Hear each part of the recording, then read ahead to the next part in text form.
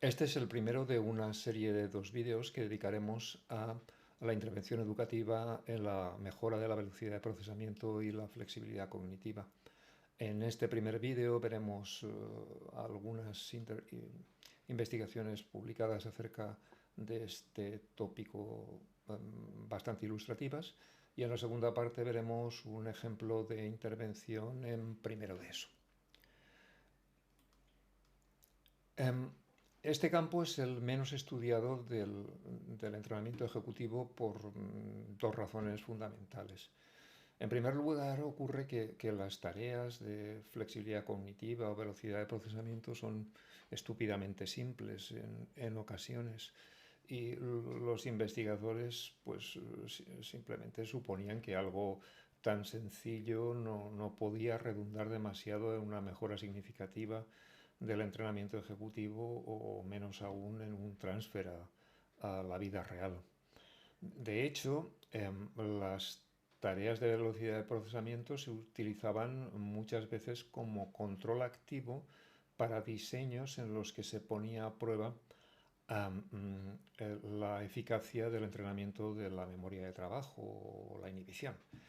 ¿Vale? Digamos que el grupo control hacía tareas de memoria de trabajo, el MBAC, por ejemplo, y el grupo control hacía tareas de velocidad de procesamiento. La otra razón es que se han empleado, sobre todo al principio, malas medidas de velocidad de procesamiento y flexibilidad cognitiva. Una mala medida de velocidad de procesamiento, por ejemplo, es la que se incluye en los test de Wechsler, y una mala medida de flexibilidad cognitiva sería utilizar el cociente entre el TMT parte B y el TMT parte A. En ambos casos ocurre que la varianza compartida con G es pequeña. ¿Qué ocurre? Sobre todo al principio de la investigación del entrenamiento ejecutivo, se utilizaban test de inteligencia como post-test, como medida de transfer lejano. Está claro que si había poca varianza compartida entre determinadas tareas y los test de inteligencia, parecía poco previsible que pudiéramos mejorar los resultados de los test de inteligencia con este tipo de tareas con asociación de Bill, con, con G. Bien, sin embargo, hubo excepciones desde el principio. Una ya la conocemos, es la intervención en flexibilidad cognitiva a través de la tarea 3D CCS, que puede hacer desaparecer el diagnóstico precoz de autismo, perdón, de TDAH, si se emplea esta tarea en la rehabilitación de niños de 4 años o incluso menos diagnosticados precozmente. Esta tarea en realidad es una especie de versión preescolar de la tarea que vamos a ver a continuación, la clasificación de tarjetas de Wisconsin. Bien, la siguiente excepción es el caso de niños con autismo, cuyo déficit ejecutivo más replicable, más común, suele ser un déficit en flexibilidad cognitiva según la mide, por ejemplo, la mejor medida disponible que hay para esta función ejecutiva, que es la clasificación de tarjetas de Wisconsin, ¿vale? Sobre todo el número de errores perseverativos o su porcentaje. Bien, el problema de este tipo de investigaciones es que, por una parte, el N que se emplea es muy pequeño. En muchas ocasiones no son diseños experimentales, no se emplea ningún tipo de grupo control, por ejemplo, y tampoco siempre se utilizan tareas de flexibilidad cognitiva y velocidad de procesamiento para la rehabilitación, sino simplemente se emplean tareas de otras funciones ejecutivas, pues por ejemplo de inhibición, con tareas Stroop, de planificación, con la torre de Hanoi y tal, y luego se ve si este entrenamiento se ha transferido a la clasificación de tarjetas de Wisconsin o a la reducción de sintomatología autista. Vamos a ver un ejemplo de esta investigación, de este tipo de investigación. Pues veamos, aquí tenemos estas dos autoras, pues por ejemplo, emplean un grupo de 10 niños diagnosticados de autismo entre 5 años y 13 años y medio aproximadamente, en la cual emplean en el pretest pues la WCST y también una entrevista estructurada que evalúa la sintomatología ASD, en este caso la ADI-R. Después de 14 a 21 sesiones de entrenamiento, vuelven a aplicar como post-test el WCST y la entrevista estructurada. Veamos qué tipo de resultados se suele conseguir. Bien, aquí tenemos, pues por ejemplo, en la entrevista estructurada que valora la presencia y la frecuencia de sintomatología ASD, tenemos que entre el pre-test y el post-test, pues aproximadamente tenemos un 15-20% de reducción, más bien un 20% de reducción en sintomatología de tipo ASD. Y con lo que respecta a la clasificación de tarjetas de Wisconsin, tenemos, pues por ejemplo, el número de errores perseverativos, bueno, suponiendo que la muestra tuviera una edad media de aproximadamente 9 años, esto estaría en el pretest en el percentil 4 y en el posttest más o menos en el percentil 25, ¿vale? Con una reducción significativa también en el caso de las categorías completadas, ¿vale? Es decir, vemos que hay una notable mejora en flexibilidad cognitiva. En general, la intervención en niños autistas es muy agradecida. Reaccionan más rápidamente que la población con otro tipo de diagnósticos o la población neurotípica y más. Es decir, el grado de mejora que se consigue es sorprendentemente alto. Bien, en el último decenio las cosas ha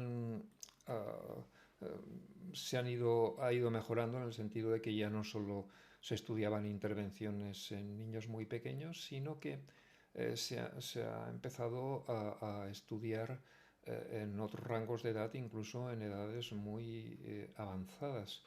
Precisamente ocurre que la velocidad de procesamiento es el factor que sufre mayor decremento en la vejez.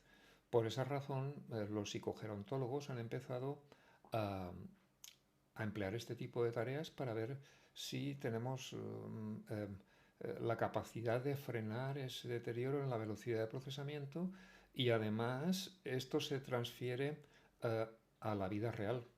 Los primeros resultados, pues en 2011 y tal, fueron ya con conductores mayores, ¿vale? Lo primero que se encontró es que los conductores mayores que seguían entrenamiento de velocidad de procesamiento podían prolongar aproximadamente en unos 5 años el tiempo en el cual seguían conduciendo y además de esta prolongación se reducía al 50% el número de accidentes en el que se veían implicados. ¿Vale? Pues aproximadamente aquí lo vemos. Eh, en este caso emplearon 3 tipos de intervención. Hicieron una intervención de velocidad de procesamiento, una intervención de razonamiento y otra intervención de memoria. La de memoria no resultó en resultados positivos, pero las de velocidad de procesamiento y razonamiento condujeron a ese tipo de resultado, la reducción del 50% en accidentes. Más espectacular aún es la reducción en el riesgo de demencias, de todo tipo de demencias, que supone unas cuantas tareas de velocidad de procesamiento esparcidas a lo largo de unos cuantos meses.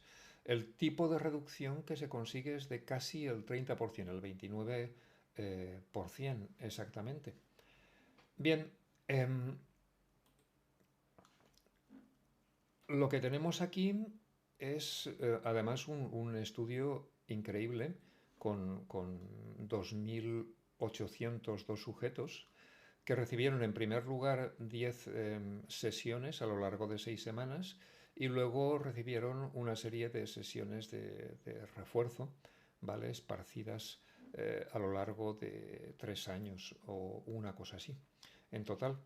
Bien, el seguimiento que se ha hecho de esta gente pues duró 10 años y durante estos 10 años es cuando se ha registrado ese eh, decremento de la incidencia de la demencia en un 29% respecto al grupo control.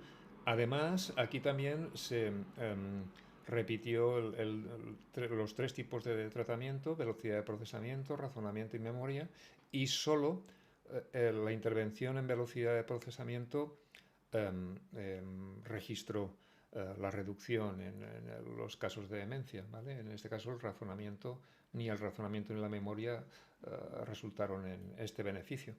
Bien, si tenemos en cuenta que en el mundo hay 10 millones de anuales de nuevos casos de demencias, el impacto humano y económico de este tipo de intervención es sencillamente fabuloso. Bueno, pues ya tenemos que en niños muy jóvenes o en ancianos el entrenamiento en velocidad de procesamiento, flexibilidad cognitiva funciona, pero nos queda por ver más o menos el caso de adolescentes, jóvenes, adultos. Bien, todavía no tenemos datos suficientes para valorar la efectividad de este tipo de entrenamiento, pero si tenemos en cuenta, por ejemplo, que entre los 12 y 15 años el aumento de velocidad de procesamiento es el principal motor del desarrollo cognitivo,